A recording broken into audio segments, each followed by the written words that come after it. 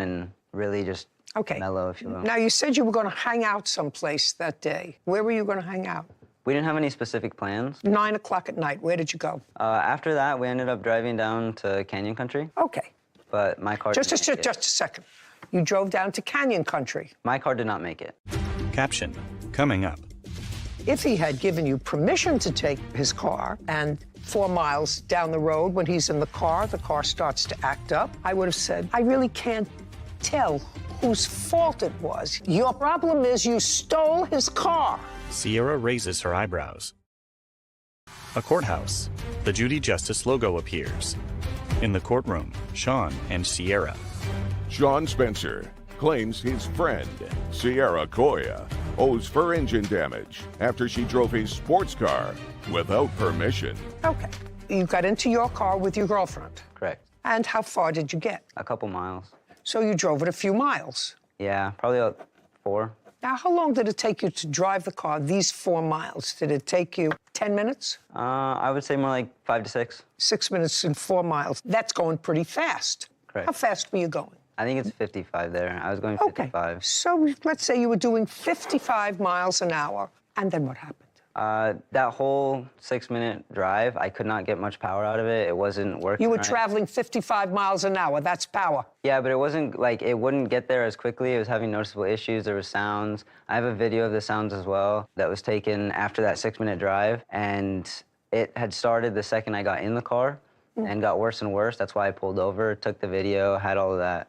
Okay. And I had to get it towed. And did you have it towed to his shop? I took it to one shop first. It was a friend of my mother's. He gave us a quote for $7,200, and that was not in our budget. So then I ended up taking it to him. Okay, and where did you find him? This is my uncle, who also works for LA. It's what? He's my uncle. He's your uncle? Correct. Stand up, sir. A man rises. Is he your mother's brother? No. He's your father's brother? Correct. Okay. You have a shop, sir, or do you do this as a sideline? I was a mechanic for 20 years, and now I'm... That's not what I asked you. I asked you whether you have a shop, or is this a sideline?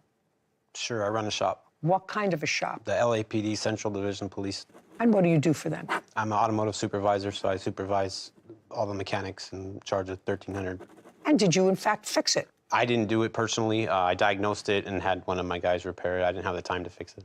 You had one of the guys from LAPD do it? Yes. Where did he do it? At his house. How long did he have the car at his house? About 2 weeks. Did he present you a bill, or did he present your nephew with a bill? Well, we bought the engine from an importer, and so the bill, I just had him buy the engine from them, and then we just paid him. Just a second. So you bought the engine secondhand? Yes. And how much did you pay for the engine? 45, 20, 25 cents. And how much did you pay to put the engine in? $700. 500 of that was for the labor. Okay. Now, you heard this, so you have a certain amount of expertise, I assume? Yes. Based upon what you told me. What was wrong with the engine? It had a piston that had contacted a cylinder head and bent the valve, so it had low compression in one cylinder. How does that happen? Over-revving the engine. Over-revving? To put it in a drastic measure, if you're on the freeway going 70 and you're in 5th gear and you stick it in 3rd gear, what's going to happen? Your RPMs shoot up, and the engine has too many RPMs, and it's not made to have that many RPMs. That's why there's a red line on your tachometer. You're not supposed to go over that. The mechanics can't function that, and it over-revs and it makes contact with each other. When that happens to the engine, does the engine seize? Well, it bent a valve, and so the valve just stays at the bad angle to where it can't seal the combustion chamber in the cylinder, and so that's one of the 4 cylinders doesn't make full power anymore. But it has power? You can drive it. It's still drivable, yes. And it could go 4 miles. You could probably drive it across the country, but yeah, you get poor gas mileage, check engine light would be on, and you'd have it'd be noisy. Because it ultimately stopped, because your nephew drove the car about 4 miles at 55 miles an hour. When I saw it, the car was still running, just making a horrible noise, and I don't know if it stopped on him or if he stopped it because of the noise. Did you stop it because of the noise? Yeah, I started to stop, and then as I was slowing down, I probably hit maybe 2 miles an hour, and as soon as all the lights came on the dash, and then it seized for the next 10 feet. Okay. And Mr. Spencer, prior to the 28th of September, had you had any mechanical difficulty with the car? Never. You had never taken it to a mechanic or anything else? No. Okay. It had no reason. So the evening of this event, was the first time you had heard this kind of a noise in the car. Correct. Didn't hear it when you got to your friend's house. Okay, Koya, is that how you pronounce your name? Miss Koya. So let me tell you this. This is the decision that I have to make. You can have a seat, sir. Thank you for your assistance. It is very hard, almost impossible, to say for certain that you caused damage to his car. I don't have to find that as a certainty that you caused damage to his car. I can look at circumstantial evidence. Now, if he had given you permission to take his car and you drove it, and 4 miles down the road when he's in the car starts to act up, I would have said, you know what? I really can't tell whose fault it was. He's traveling 55 miles an hour. You took the car because you've been hankering to take that car and have a test drive for a while, according to him, which I believe, because you stole the keys and stole the car. That's what you actually did. So it's a very easy decision for me. Yes, but he did end up, they did go to Ventura. They did drive that night to Ventura, and he was speeding that way. And how do you know? Because the way he drives. There's videos of how he drives. Your problem is you stole his car. Yeah, and he admitted into text that he was low on oil and the engine seized because he had no oil in it. May I see the text that she's talking about? Sierra hands a document to Kevin, who brings it to Judy. She reviews a text exchange. Who's...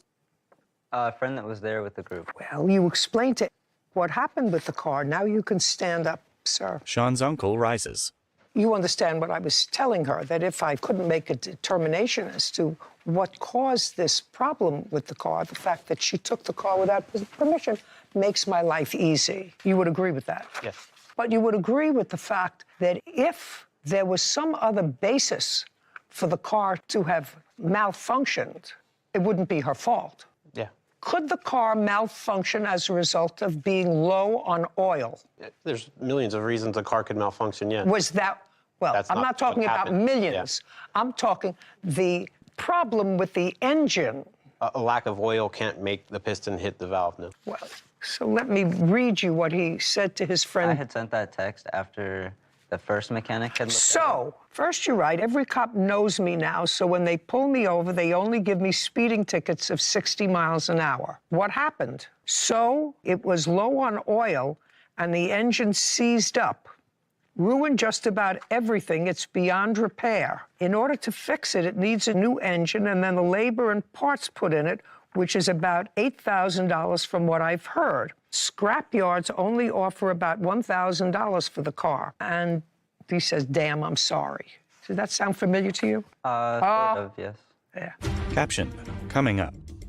Do you know that when I am on a parkway and I see a moron like that weaving in between cars, all I say is, I hope they kill themselves alone and don't take anybody else with them. He shouldn't have a car. Sean's uncle shakes his head. A courthouse. The Judy Justice logo appears.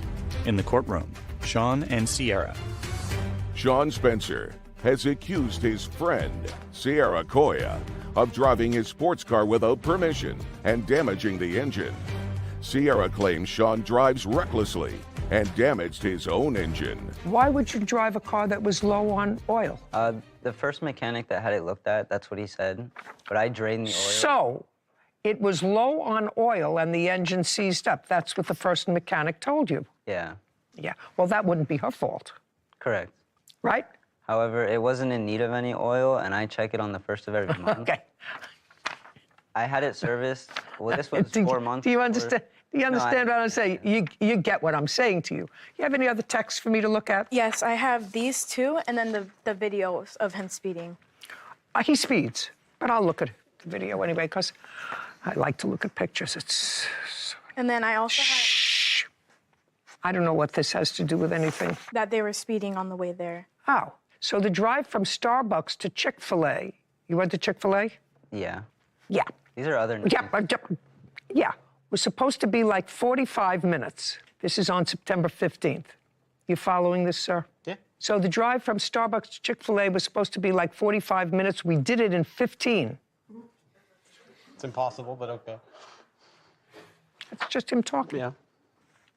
Cool. 109 miles for me the entire way. That's my buddy's truck. We all rode in his truck, so that's him speeding. That's not me. You rode in his truck. Correct. Just a minute. So when this is, every cop knows me now. That was me. That was in my Yeah, car. every cop knows me now. So when they pull me over, they only give me speeding tickets for 60. It was a joke because I'd gotten a speeding ticket, my first one, a couple weeks before. I got it at 2 in the morning after a closing shift for 60 and a 45. Now I'm going to take a look at the video. Dashcam footage of a speeding vehicle weaving through traffic on a freeway.